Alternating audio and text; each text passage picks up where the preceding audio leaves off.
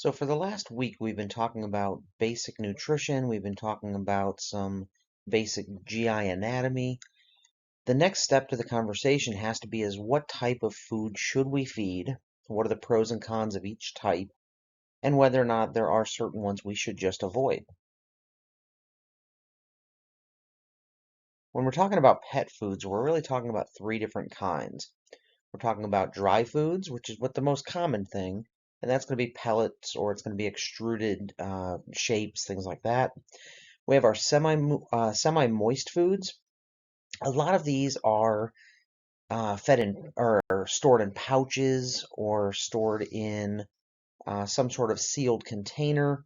And then the last one would be canned foods. So our dry feeds are going to be food that is basically kept at a dry amount so that we're not paying to ship water. We're lowering our risk of the fats in there going rancid. We're also making it so it's less likely to have any mold or mildew issues.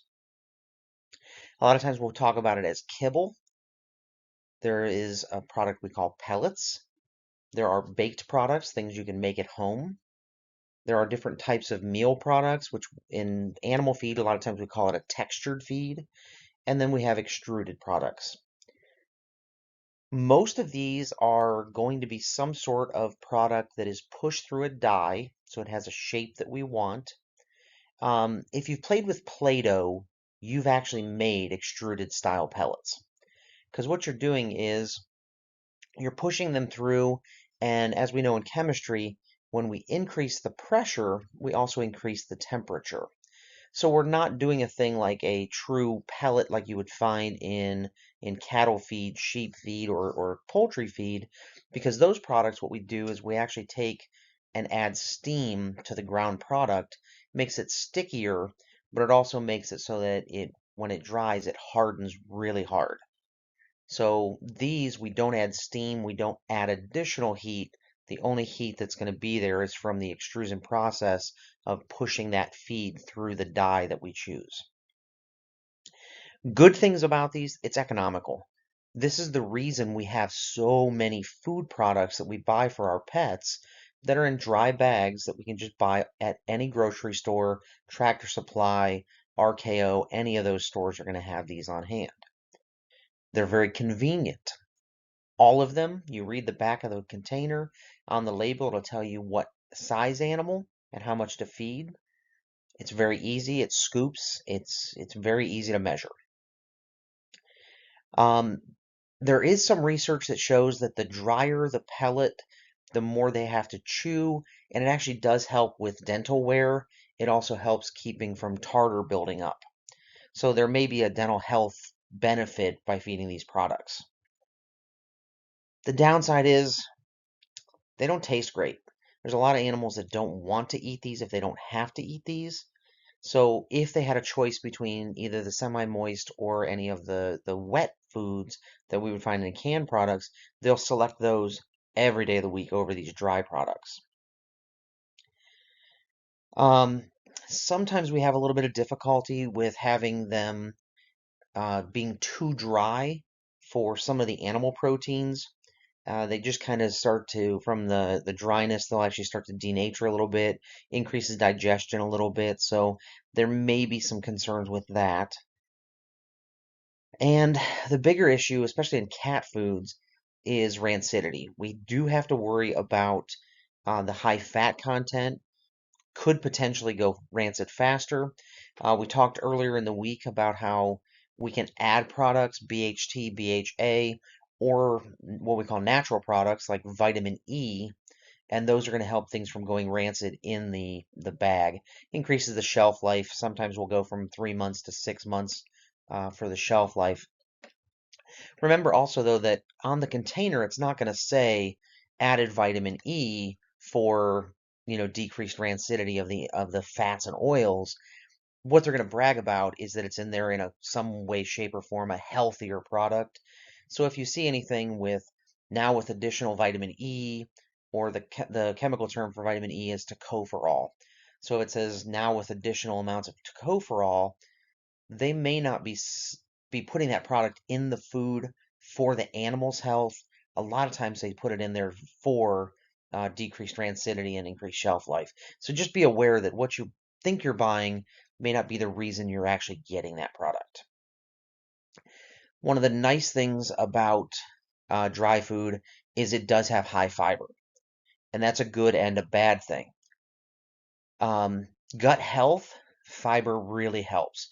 A little bit of fiber actually pushes the food through easier. It decreases little pouchings of the intestinal tract, we call diverticuli, and there's less likely those would get infected, which was diverticulitis, causes less colitis issues. So inflammation of the intestinal tract, a little bit of fiber helps with that. The downside of too much fiber, though, is fiber's not digested very well. So it's going to make your dog a little bit gassier. It's going to make them poop a little more because it's not digested as well. So higher fiber diets, even though it may improve gut health a little bit, there's some negative side effects like gas and larger stools.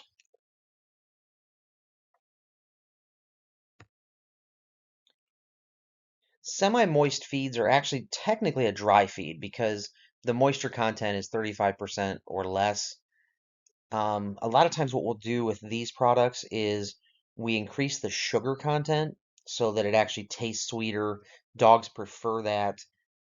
Um, and remember, when we looked at the container of the drink that you guys brought to class the other day, what we talked about was all of these different products that are on the label are types of sugar.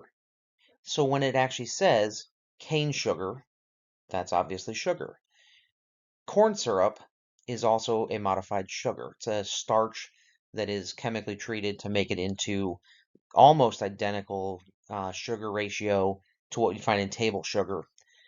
If you see things with dextrose, if you see things with glucose and all of these different things, if we're adding sugar, we're also increasing energy, which can lead to some obesity issues. Again, we can have some dental problems start showing up. Um, One of the things that they'll actually add is propylene glycol. And propylene glycol, on your tongue, it feels moist even though it's not water-based. So it inhibits microbial growth, but it gives the illusion of higher moisture. Now, these products are really palatable. If you give a dog a choice between a dry kibble and a semi-moist food, again, they're going to pick that semi-moist food almost every time. So they're highly palatable. They're pretty convenient because it's grab and go. You just open the pouch, you pour it out, and you're good. So you don't have to refrigerate, you don't have to freeze it. There are some really good food products on the market that are frozen and you thaw them the day before, or some refrigerated brands. Those are all really, really good products, but they're not convenient for us. Now, with the increase in convenience and palatability, it does jack that cost up. So these are going to be much more expensive than a dry kibble that you could buy in a 50-pound bag. We do have a little bit of issues with diabetes in some animals. A lot of times it's pregnancy based, so we do have to be careful that we're not increasing the sugar content too much. And then we have our canned foods. These are going to be high moisture, 70 to 75%. They look like chunks of meat, but they're not always chunks of meat. A lot of times that is vegetable protein, so like a soy product like tofu. And it's a binding agent that makes it hold up into those chunks. Highly palatable. Um, it's a great way to get additional water into cats that are having trouble drinking enough. But the downside of that is when we increase the water content, we are also trying to push that kidney function. So if we have geriatric cats that have some kidney issues, these might not be the best choice for those specific animals. The other thing is, not all of those canned products are perfectly balanced. And a lot of times what they'll say is you have to feed it in a combination with some sort of powdered supplement that goes with it. So if we're doing that, it's not as convenient as you would think. Again, this all jacks the price up, but it's a trade-off. If you're trying to have animals, like if you have picky eaters, I know one of you mentioned in class last week that your dog will only eat if you're using a semi-moist or a moist product with their kibble. And that's pretty common, but remember, you're the person that's deciding their diet. You should actually push what you think is healthier for them and not let your dog or your cat decide what they're going to eat. When it comes to brands, I mentioned this last week, don't buy marketing. Marketing BS is something that you have to be really cautious about. You have to be really careful. My general rule is if it has a celebrity endorser, I'm probably not going to buy it because I know a lot of the cost of that food is not quality based, it's advertising based. So for me, that's just kind of a red flag. I like to get dog food or cat food brands that I can buy anywhere. That's a struggle that I've had over the years with different dogs where we've had a dog food that I really, really liked, but it was limited to only a few stores in the area we lived in, and it just made it a hassle to either get it or if they were out of stock, we ran out. And I'll be honest, I'm not one of those people that is planning weeks in advance. So for me, having a product that was a little bit more limited in where it was sold, that was kind of an issue for me on the mm, uh, management side. Um, there's also there's two different ways we can make a diet. One of them is fixed formula, and in a fixed formula feed, every single bag is identical. Every time they make a batch, it's the same. And the idea is consistency. We don't have any fillers. Or if we have fillers, it's the same fillers every time. The opposite way to make food is called least cost formulation. And in least cost formulation, what we do is we put it into a computer what ingredients we have on hand and how much they cost. Then we tell them a target that we want for fat, protein, different vitamins, different minerals.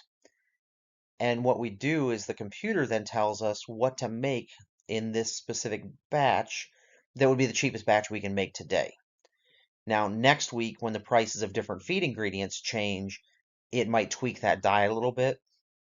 So an example would be if I'm looking for a filler and this week's soybean hulls are really cheap, maybe I'll put in those in as a high fiber filler. Well, next week when I make a new batch, soy hulls went up in price, but we just had a really good harvest of wheat in South Dakota, so therefore the wheat midlands, which is a byproduct of flour production, those get really, really cheap. So I might fluctuate a little bit of what I'm putting in each batch, just try to make it cheaper for myself as a company. There's nothing wrong with that. There's nothing unsafe about that. But a lot of people get nervous when they don't know that it's the same batch, every batch the same as it was before. So it's just something to be aware of. It's not necessarily unsafe, it's just different. So variable formulas can occur. We also have to watch the digestibility. Again, something we talked about earlier in the week was there's dog foods that are great. They do a great job. They deliver all the nutrients that we want to, but they have a lot of filler, and the stool's bigger. I've told you guys before, I have an 85-pound dog. If I feed her something that is high fiber, um, those dog turds are, as big as a small cat. So I want to feed something that's more palatable, that has higher digestibility, so that they actually poop less. There's also some things that you can do that the companies do. The companies will do feeding trials, and what they'll do is they'll feed lots and lots and lots of different animals, the different diets, to make sure that it doesn't cause intestinal distress, that it doesn't cause tartar buildup, and they do all of these little tests. You can do some of those at your own home also. So, and we've done this with our pets, is trying to see how they react gut-wise. Always remember transition slowly to transition to a new food, it should take 4 weeks. And the first week, you actually replace 25% of the old diet with the new diet. Then the next week, you're going to do 50%. And then the third week, you're going to do 75%. And then that fourth week is when you actually transition fully to the new diet. And the reason you do that is so gut microbes have a chance to adjust so you're not having intestinal distress issues. But you can do some of these feeding trials with your pets and find out which foods they like better, which foods they actually finish, in a timely fashion. You can also see which ones cause better gut health. You can see which one makes them poop more. And you can do these things because you have the ability to buy different products depending on where you are. So you can do those kind of things. When you're actually at the store, you can also have premium products. And these are the ones we talked about that are celebrity endorsed, that, the small bag is $50 and, they have very, very pointed what their claims are on why they are premium products. Some of those premium products are marketing. Some of those premium products may actually have better digestibility of the diet ingredients. Some of them are vet tested. And most feed companies for dog food, cat food, horse food, um, all your livestock diets, they have professional nutritionists that work on these diets. Some of these are geared for vet use.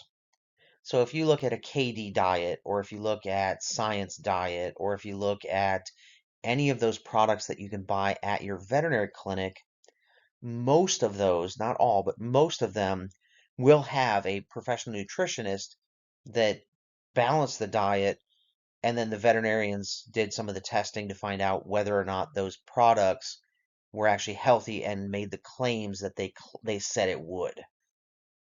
Okay? So if they say it is something that is better for liver function, that has been tested. If they use it as a geriatric pet diet that they said is better on the kidneys, that's been tested. Okay. So there are products that are very specific on what they're used for. There are products that are very specific on who you should feed it to and why and all those kind of things. So some of those premium products, that's their goal, not just to have celebrity endorsement. And then there's homemade diets. Some of you may have heard the term BARF diet, and a BARF diet is bone, animal product, and raw foods. Okay, and what that's saying is it's using bone as a filler or as a diet supplement. Zoos do a lot of this, where they'll feed a normal diet 6 days of the week, and then on day 7 they get a bone to chew on that has a little bit of muscle on it, but it's mostly for cleaning out the gut and for weight control. You can do those diets. The problem with those diets, though, is a little bit of safety things from the way you handle the feed. So, if we're doing a bone and a animal-based meat product like, chicken, and then we're feeding raw foods for dogs that could be, a broccoli filler or something like that, the problem we run into is vitamins and minerals. It's easy, relatively easy, to balance a diet for energy and for protein and for fat. Those are pretty easy. That's why we call those the macronutrients. When we get into the micronutrients, the vitamins and the minerals, this is where little tiny tweaks can make a huge difference. So if you're going to go with a raw diet or a homemade diet, make sure you're actually talking to a nutritionist. And the idea is make sure you are getting all of those vitamins and minerals that you need. You might have to use that raw diet you've created or a homemade diet you've created and some sort of vitamin mineral supplement or premix with it. Okay. If you go that route, do not abruptly change the diet without talking to your nutritionist. I'm going to be mean for a minute, and I'm going to tell you this is not a thing for your vet to do. Veterinarians have purpose. They do great things. They'll have better with animal health than anybody else. But when you're tweaking diets at this level, you need to consult with a nutritionist that's their job, that's their goal, that's what they do in life because they're going to do a little bit better job with that fine tuning than what other people are going to end up doing. When you look at a feed label, you have to remember that the feed label is a binding contract. And what I mean by that is what it says on the label must be true. There's also some things we'll go over in class one well, it'll be next week now, where we're going to look at some different pet diets and different animal feed diets. And what we're going to try to do is try to decipher some of what that label is telling us. The two big groups that are going to tell us what the label should say is the FDA, the Food and Drug Administration, and the AAFCO, which is the Association of American Feed Control Officers. Those two groups are the ones that are going to really push what labels say and what they must say and how they say it. Okay. Different terms, different definitions exist. There are some regional changes on terms, but if you're following FDA and AAFCO guidelines, those are standardized. Okay. One of the terms you'll see on some labels is GRAS, which is generally regarded as safe. That's an old term, and what they did was they literally would feed something to an animal or to a group of animals, and if animals didn't get sick, they said whatever they fed was pretty safe. And then they would feed a little bit more of it. And if no animals got sick, they would say that level is relatively safe. And they would keep pushing it until animals got sick. We also talked the one day about LD25 and LD50. LD25 means that it is the lethal dose for 25% of the population. LD50 is lethal dose for 50% of the population. When we're talking LD25 and LD50, that is a little bit more intense than the generally regarded as safe label would be. And it's because we've done more testing, we've learned more, and different parts of the world have different safety regulations. There are things that are classified as generally regarded as safe in the United States that the European Union claims are not safe. There are products in South America and Southeast Asia that in America would be shocking that we would feed that to a pet. So be aware that just because one place allows it doesn't mean everybody allows it.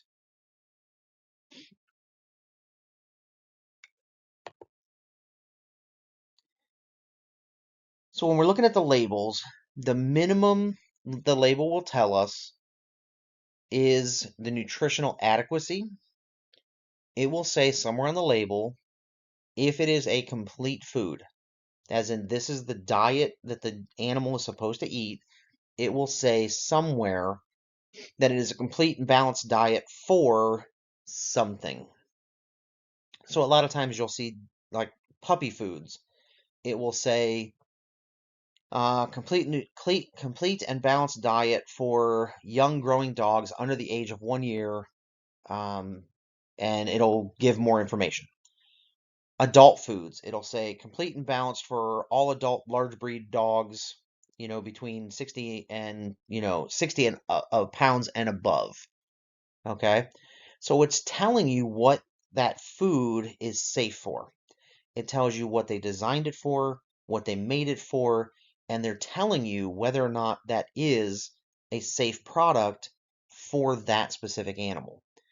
So if you look at a dog food container and you've got a 3-month-old puppy, and that says complete and balanced diet for adult dogs at maintenance, you immediately know that's not safe enough for puppies because it probably doesn't have the energy and protein that a growing puppy would require. Then you'll see some that'll say complete and balanced diet for athletic dogs, okay, or animals in high exercise or something like that. And that tells you that your lazy couch potato dog is going to get fat on that diet. But if you had a regular diet that was complete and balanced for maintenance diet of mature dogs, that's not enough energy for a high impact athlete like an agility dog or one of the ones that's doing competition of some sort.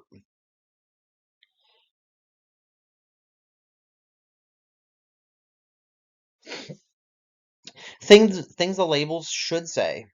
It should tell you the company name and the address. It should tell you the product name specifically. And what I mean by specifically, it's not just going to say Purina dog food. It's going to say Purina dog chow, and then it's going to give more information if it is a specialty diet.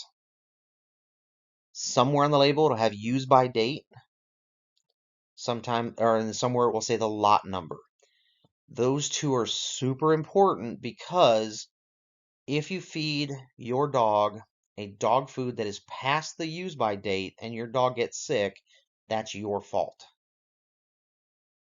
If it is a fresh diet and your dog gets sick, the lot number and the date of production will say where it was made, so which dog food plant or which cat food plant it's made at. It'll tell you the day it was made, and it will be able to track all other bags that were similar day and production lot. So if there's a food recall, that's the information you'll use for the food recall. Under the ingredient processing, it'll tell you whether it is processed, pressed, heated, milled, pelleted, or etc., whether it's an extruded product, things like that. Once you have the dog food open or the cat food open, you'll be able to tell that specifically by looking at it. But if you haven't opened the bag and you're trying to find out which bag you want, that processing can make a big difference for how you select. Somewhere around there it will say net weight or net value. Legally, if you buy a bag of dog food that it says on there, the net weight is 40.0 pounds, and you for some reason think they're shorting you, and you go weigh that bag and you find out your bag of dog food is 38 pounds. If you can prove that your bag of dog food was lower weight than what the label says, you can sue the company for, that missing amount of food. Okay. Most places, most mills they actually use some statistical programming, and they say if we want to be 99% correct on getting the right weight, we actually have to fill the average bag to 40.02 pounds to make sure all of the bags are 40 pounds, and they're going to do that to make sure it's not going to get them in trouble later. Ingredients, they're going to tell us what it is, and they're going to tell us sometimes what form it's in. Okay, so it's going to say crude protein 18%. Well, the crude protein is 18%. That's a test that they did, which we'll talk about why that's flawed, but that's another story. But it'll tell you that that's the percent. If it's below that percent, they're not following the law, but it can be above that. And this is where we get in trouble. There was a feed company in St. Louis that added extra fat to their diet because they were making it into a show diet, and over time they just kept adding. So the minimum that it said was fat was like 6%, and they started getting some animals were getting some intestinal issues, some stomach upset, and when they tested it, they found out that it was actually a little over 9%, and but it didn't say the max on the label, it said the minimum on the label. So, but our expensive ingredients like protein and fat, that's usually not an issue. Okay. It's going to tell you how to feed it. So it'll say on there for dogs that average 40 pounds, it's going to be 1 3/4 scoops twice a day, or 1 3/4 cups twice a day.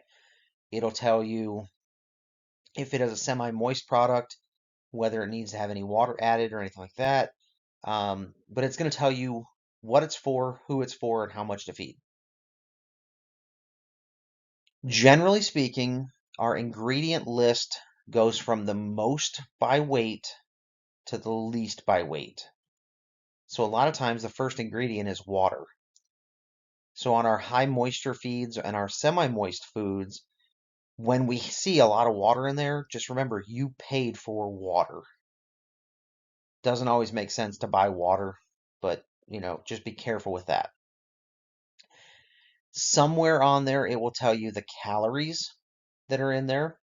Now remember we talked little c calorie is the amount of energy it takes to raise 1 gram of water 1 degree centigrade.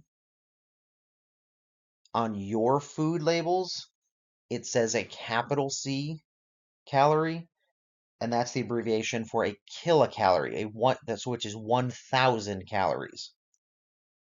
So be careful when you're looking at the calories.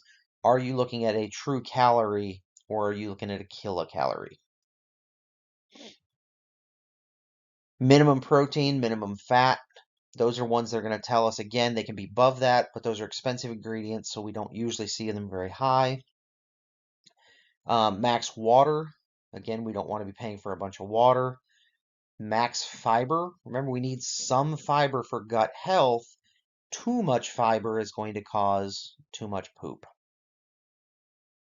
Vitamins and minerals. It will actually not always say vitamin E. It might say tocopherol, which is one of the scientific terms for vitamin E. It might not always say vitamin A. It may say retinoic acid, retinol, or retinal. Those are all different scientific names for different forms of vitamin A. So you have to be aware a little bit of things like what is riboflavin? What is choline? What is any of the other niacins? Okay, you have to know enough about the different names for those. When it comes to minerals, one of the places we get in trouble is it'll tell us what mineral is there. It doesn't always tell us whether that mineral is available for the body. So an example would be if we looked and it said zinc oxide. Zinc oxide is very low palatability and very low digestibility, which is the important part. So yes, there's zinc in there, but if it's a form the animal can't absorb, it's not really helping. So again, this is one where they can play with you a little bit because the form, you have to know enough about the form of the mineral to know whether that is acceptable in the diet. Okay. Now, if you see the terms diet, light, lean, low calorie, reduced calorie, those all kind of mean the same thing. What they're trying to tell you is the energy content is lower than normal, and the idea is for weight loss of the animal or for weight maintenance. If you've got a couch potato dog, okay, like my Great Dane mix, she wants to play for half an hour and then she wants to sleep for 8 hours. We have her on a limited amount of regular dog food and she's getting chubby again. Okay? Could be the kids are overfeeding. It could be the fact she's sedentary, she's getting older, she's just not, using as much energy, which means extra energy is going to go towards fat.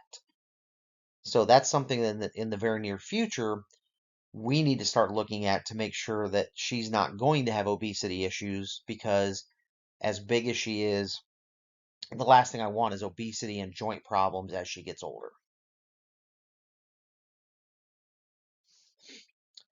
The term that I love and I hate is the term natural. Okay? There's not a really good legal definition of natural. The assumption with the word natural on a food label is that the ingredients that are there haven't been made in a lab. Okay, so it's saying something like the protein that is in there is a natural form of protein and amino acids from either plant or animal source. It's not going to say that it has L-lysine created in a lab. Okay, but again, it's not a binding, legal, really strict kind of thing. Now, when it says the ingredients are not chemically synthesized, the exception to that are vitamins and minerals, because many of our vitamins are easier to deal with when they're lab made, because lab synthesized ones are going to be more consistent and they're going to be more pure. So it's pretty common to use those. And then the minerals, some of the minerals that we use are in a form, again, that's not super accessible in the body. So some of the ones that are synthesized in the lab are actually more digestible and they're actually easier for your animal to use. Okay. Now, if it says natural with added vitamins and minerals, that tells you that the ingredients are mostly natural in origin, which means either animal or plant-based. But they did add some synthesized vitamins and minerals. And again, it's because a lot of times it's purity. So I don't have a problem with any of the synthesized chemicals for vitamins and minerals. Chances are they're actually a better product. So the question is, what should you feed? How should you feed it? Do you know what's being fed? And are there special considerations for that feed? So, an example. My two dogs, I've got a 3-year-old boxer and a 4-year-old Great Dane mix.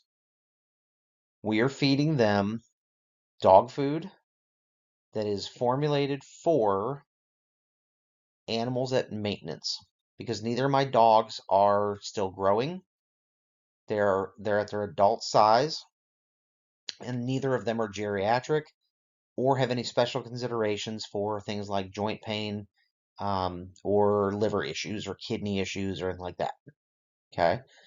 It'll tell me how to feed it. It is a dry product. I am to feed it by the one dog gets 1.5 scoops twice a day. The other one gets 2 scoops twice a day. And that's based on their weight and their obesity issues. Okay. Do I know what's being fed? I look at the label. I know how much protein they're getting. I know how much fat they're getting. I know how much fiber they're getting. So I have a pretty good understanding of what they're being fed. And I have a pretty good understanding that that's going to meet their requirements for their size and their age and their breed. We're feeding large breed because both our dogs are over 60 pounds. As we get further on and the animals start to get a little bit more geriatric, now we come into those special considerations. Do I need to adjust because of sedentary lifestyle? Is one of the dogs becoming more active? Maybe one of these years my kids will decide they want to do agility or obedience, and they start doing trainings and things like that. That would be special considerations that we'd have to take into account. So when we talk about how to feed, we also have to talk about portion control. There are some dogs that do well with free choice, also called ad libitum or feeding at liberty.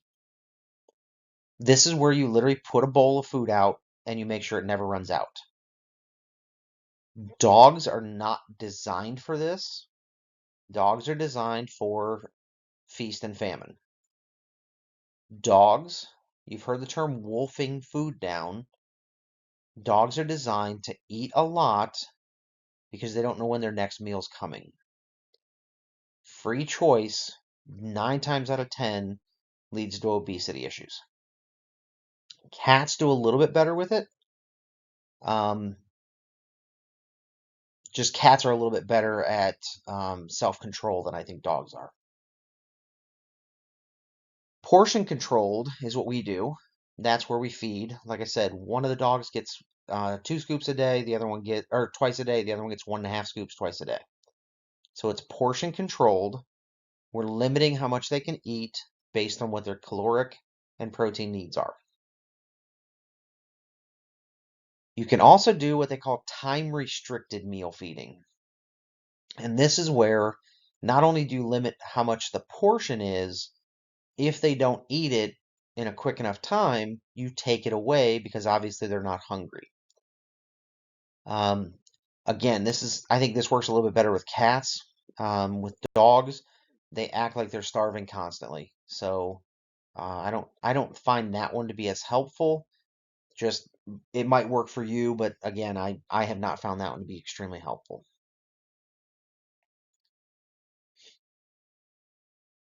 Now, free choice feeding. There are some people that use free choice feeding because it makes the dogs stay quiet. They're not begging for food. They're not barking that they're hungry. So they're a little bit more calm. It also decreases coprophagy, which we talked about that weeks ago. But if you don't remember, coprophagy is fecal consumption. The actual animal eats their poop or another animal's poop. That is semi-normal in horses. That is very normal in rabbits.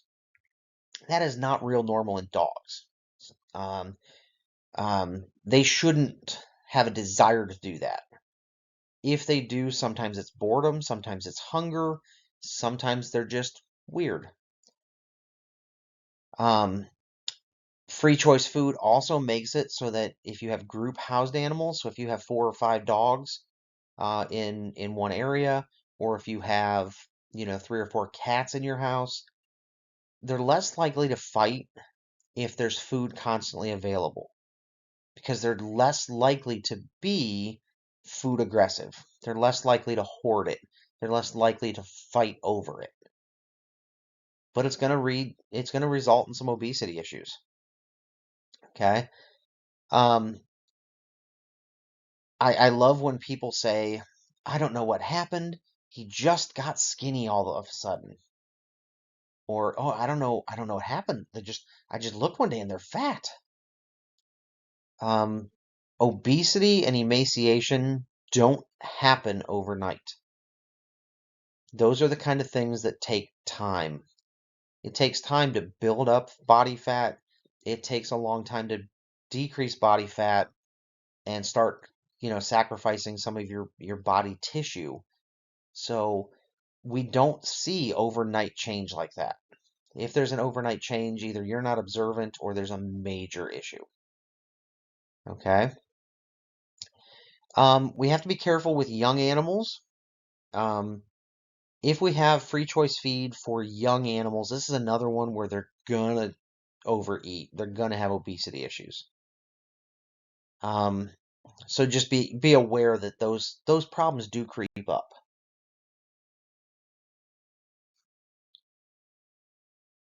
The time restricted feeding, where you give them a set amount and you let them eat for 15 or 20 minutes once or twice a day, works great with canned foods, semi-moist foods.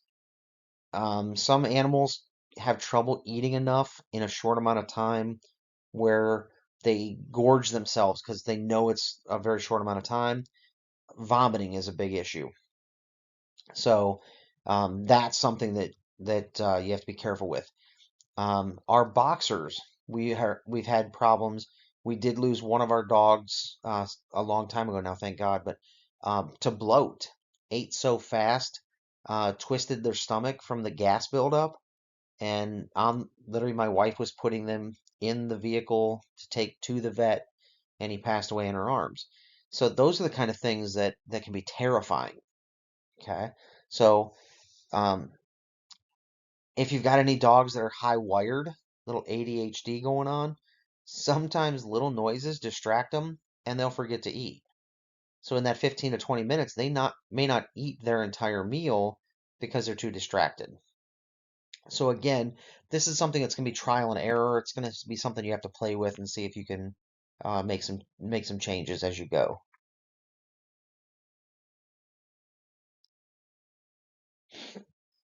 Again, I like food restricted meal feeding, limit feeding. I know exactly how much they're eating. I don't feed my dogs in the same bowl. I want to know which each animal is eating, but I'm also kind of a control freak when it comes to the nutrition side. So I like to be in charge of their food. I'd like to be in charge of how much they consume. And as long as everyone in the household is on the same page, it works great. You have problems with people like my mom that they're on a restricted meal feed, but she feeds them snacks all day. Every time she walks through the kitchen, the dog gets a piece of cheese. Every time she walks through the laundry room, they get a milk bone dog biscuit. And then you say, well, your dog's getting fat. She said, well, I only feed them, a cup and a half twice a day. And it's like, yes, of their diet, but the 53 snacks during the day is what's going to make them die of a heart attack. So again, be aware you're in charge of that, and you're the only one to blame for that also.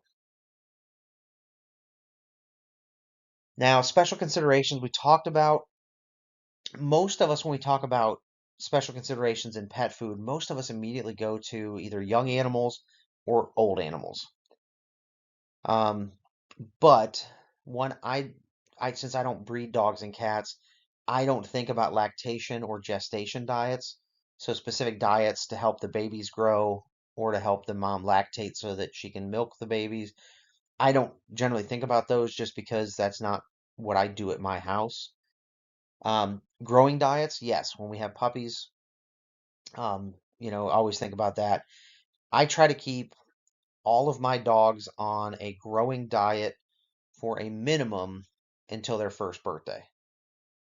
If they're a large breed dog that grows a little slower, I might take that to 18 months. Okay. So those are kind of things to think about when you're doing these special considerations.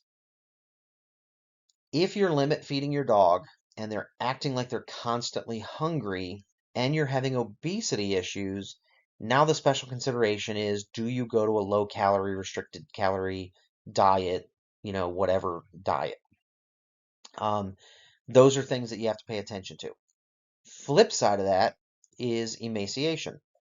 If they're on the same food and they're losing weight and they were perfectly fine with it for months or years, and now there's a problem, there's a health concern going on. So don't just look at their diet. Start looking, do they have parasites? Do they have other health issues? So if they start losing weight and the diet hasn't changed, take the dog to the vet or the cat to the vet and see if there's other things going on, kidney problems, liver problems, all that kind of stuff, thyroid issues. Okay. So when we're talking gestation, lactation, the first trimester, we don't have to change the diet. And the reason we don't have to change the diet is the first trimester, the babies aren't really growing very much. They need a tiny more protein, they need a tiny bit more energy, but they're not really needing much. But as the as the fetuses grow, they start pushing on mom's gut because there's nowhere else for them to go. So you will see some decreased appetite, middle of pregnancy, and the way we fight, pardon me, the way we fight that is we change the diet to a more nutritious diet, a little bit higher protein, a little bit higher fat, a little bit higher calorie. Um, And the idea is to overcome some of that decreased appetite.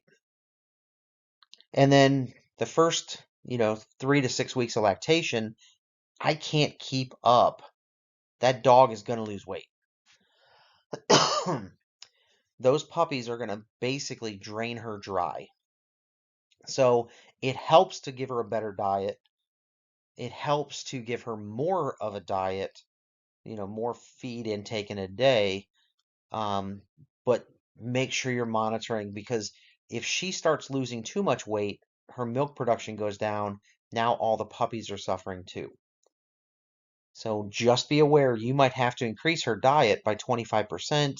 You may have to increase protein by 25 or 30%. You may have to increase the fat content by 5%. And all of those things are trying to make sure that she stays healthy. With a queen cat, it's a little bit less of a what we call a sigmoid curve. So basically, from the time she gets impregnated until the time she gives birth, the fetal growth is pretty linear. So it's easier to track. So instead of having low growth in the first trimester, a lot of growth in the third trimester, and a little bit more in the last trimester, we're seeing that throughout the entire gestation. So because of that, we steadily increase. Once we know she's pregnant, we start going up a little bit at a time. And then the idea is by the time she gives birth, it should be 25% more than the diet she was getting before she was bred. Okay. Lactation, again, kittens will suck the mom dry. So we might actually have to double or triple her food intake during that lactation period just so she actually doesn't starve. We talked about this. Easiest way to think about nutrition at the normal household level. If they're skinny, feed them more. If they're fat, feed them less. And then you constantly monitor and change over time, again, with these special considerations. Puppies grow fast. Double their weight in a week, triple their weight in 2 weeks, quadruple in 3 weeks. The bitch needs to actually milk enough, lactate enough that she can make that happen. First couple of days, we have a thing called colostrum. Colostrum is the first milk the mom produces. It's very high in fat. It's very high in protein. It's sticky. It looks golden colored, and it is very high in immunoglobulins. Immunoglobulins are immune function that passes from mom to baby through the milk. It only happens for the first couple of days. Then their gut changes, so they can't absorb those anymore. But that's really, really vital, because when that baby is born, they don't have good immune system yet. Their immune system hasn't been exposed to things. It's not fully ramped up. So by getting that from the mom's milk, we call that passive immunity. So as long as the mom was healthy, she will make good colostrum and make her babies healthy as well. When those pups are 3 or 4 weeks old, we start introducing, we say solid foods, but I don't really like to feed solid foods at first. I like to do a semi-moist at first. It's easier for them to consume. Feed them the same time you feed the mom, maybe separately if mom steals the food from the babies. And then the goal is by 6 weeks, have those babies so that they're actually not drinking off mom all the time. Now, when you wean, it is less stressful to move the mom and leave the babies where they are because they're comfortable there. That's the environment they're used to. So, from a stress standpoint, move the mom, leave the babies.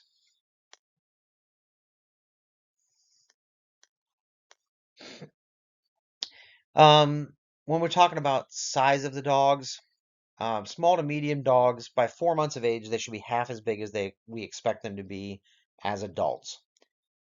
So what that means is a 12, if we expect a toy dog to be 12 pounds at maturity, by 4 months they should be, half that big.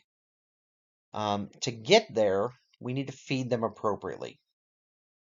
So we talked about ME, which is metabolizable energy, the amount of energy from the diet that actually goes into the body. So 4 kcals of metabolizable energy per gram of dry matter food. Okay, so that's one of the calculations we can do. 22 to 32% crude protein, 10 to 25% crude fat, 0.7 to 1.7% calcium, 0.6 to 1.3% phosphorus.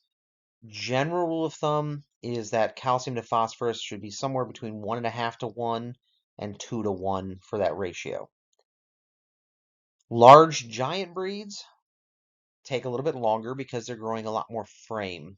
They have a lot of skeletal material needs to be made, so they take a little bit longer. So instead of being 50% of adult weight at 4 months, we would expect that at 5 months. Now, because they're slightly slower growing, we don't have to put as much energy. So instead of 4 kcals, we're looking at 3.5 kcals. Instead of 20 to 30 or 22 to 32% protein, that's 20 to 32%. Fat content's a couple percent lower.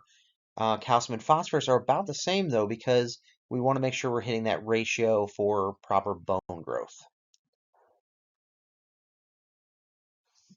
Kittens should grow at 100 grams per week, so just under 1/4 of a pound a week.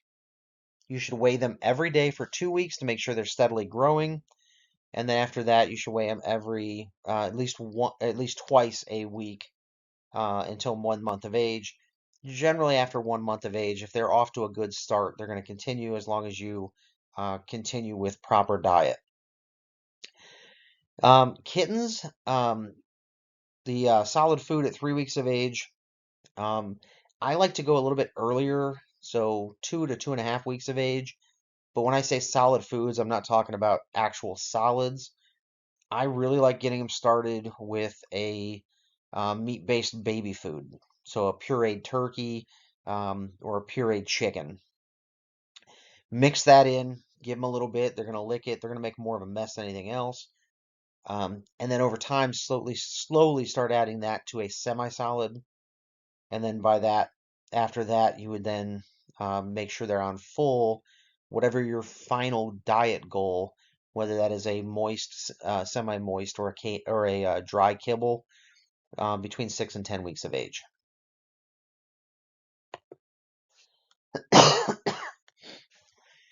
Obesity is not just an issue in humans. In America, 20% of dogs are obese. 23% of cats are obese. As we get older, we all have a tendency to feel bad. So, oh, that's my baby girl, and I'm going to feed her a little bit more. She's getting a little older, and that results in almost half of dogs are overweight that are adults, and about half the cats that are adults are overweight. So we're doing a disservice. We're actually shortening their total lifespan.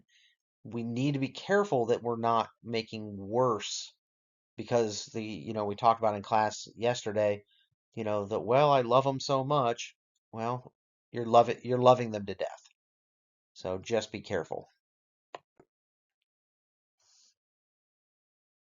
There are certain animals that are more likely to have obesity than others. If we look at what the AKC and what the AVMA says are the high risk of obesity, a lot of our terriers, Cocker Spaniel, Dachshund, Beagle, corgis turn into little sausage loaves pretty quick. Low risk are the animals that are high energy. Greyhounds, Weimaraners, Whippets. Those are animals that are really, really active. They're less likely to get obese. Any of the herding dogs are pretty low risk because, again, they're highly active. Okay. Now, somebody asked the other day, what is a geriatric? Geriatric loosely is defined as any animal in the last third of their life expectancy. So, if you look at big dogs, Great Danes, Irish Wolfhounds, St. Bernards, um, their last third of life is basically 5.5 to 8 years old because they don't make it much past 8. Normal dogs, we're looking at 7 or 8 year olds and above. When we're looking at what changes, one of the big changes is your gut gets lazy as you get older. So nutrients are less absorbed. Calcium is a big one that decreases with absorption. Your body starts to metabolize slower.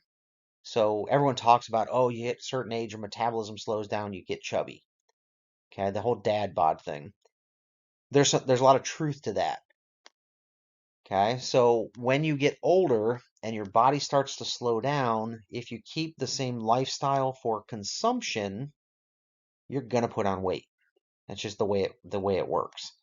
So over time, as your animals get older, you either need to decrease their intake or decrease the amount of calories in that food. As they get older, they will self decrease their intake. They just don't feel like eating as much. They don't feel as peppy. They don't feel as energetic. Now, when we start seeing that happening, that's when we need to tweak the diet again.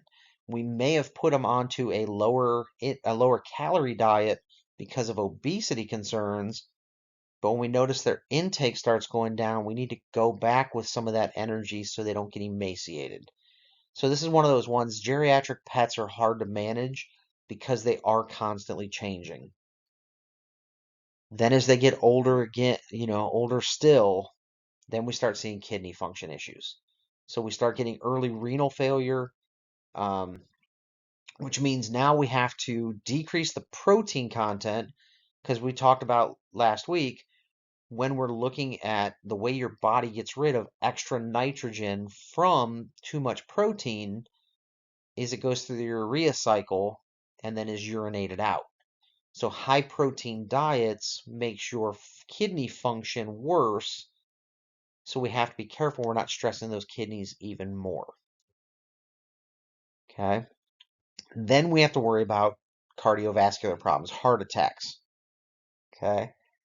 So to worry about that, now we have to decrease our fat in our diet and our salt in our diet. But remember, we're absorbing less. Our intake may have gone down. So we may have had to increase the fat to get the calories up because they decreased their intake. But now we have to worry about heart disease. So again, this is where your nutritionist is really important in that geriatric stage. Okay, so make sure you're talking to them. So we've already talked about some of these health concerns. Liver disease, kidney failure, diabetes. We have to be careful of those semi-moist, high sugar diets. Cardiac disease, we have to worry about that fat content. GI diseases, just in generally we want to have a higher fiber content. Urinary calculi, which means urine stone, that is calcium based. So we have to be careful. Too high of calcium can actually cause kidney stones. Kidney stones can actually mess with your kidneys or with your ability to urinate. So to do that, then we have to change the pH of the urine so that those stones don't develop, and that's all based on minerals. So again, we have to start having some issues. Cats actually see a lower urinary tract disease, which means we need to decrease magnesium and phosphorus. And again, depending on what they have going on, we may have to alter the pH of the urine again to make sure, because we have to worry about kidney stones, we have to worry about magnesium stones. So all of those kind of things are going to play into some issues. We've also talked briefly yesterday about food allergies and sensitivities. Most pets probably don't have the food allergies we think they do. And what I mean by that is there's a difference between sensitivity and an allergy. Because a lot of times the allergies cause the allergic response and all of those beautiful things with antihistamines and all that kind of stuff, or histamines. Sensitivities often are either gut sensitivity or skin sensitivity, which may or may not be a true allergy. It could just be a sensitivity. This is where we talked about maybe your specific pet shouldn't have a lot of corn in their diet. Okay, so maybe your dog does need a rice-based fiber, or maybe your dog does need that sweet potato. This is where we play with some of those diets. Okay, and to do this, talk to your nutritionist, talk to your vet, and go through. There's testing we can do, and there's a sequence of tests, and we find out what they're sensitive to, what they could truly be allergic to, and then we limit that stuff in their diet. Okay, so it's better to do that. And what I tell people is you don't fix nutrition with needles. You don't have to fix the diet with a pill. Find out what they're sensitive to, find out what they potentially are allergic to, and then tweak the diet to avoid those problems. Okay, so those are the things we have to worry about when it comes to the diet and the nutrition stuff. From here, we're going to move into reproduction. And then from reproduction, then we'll talk about specific weird feeding stuff.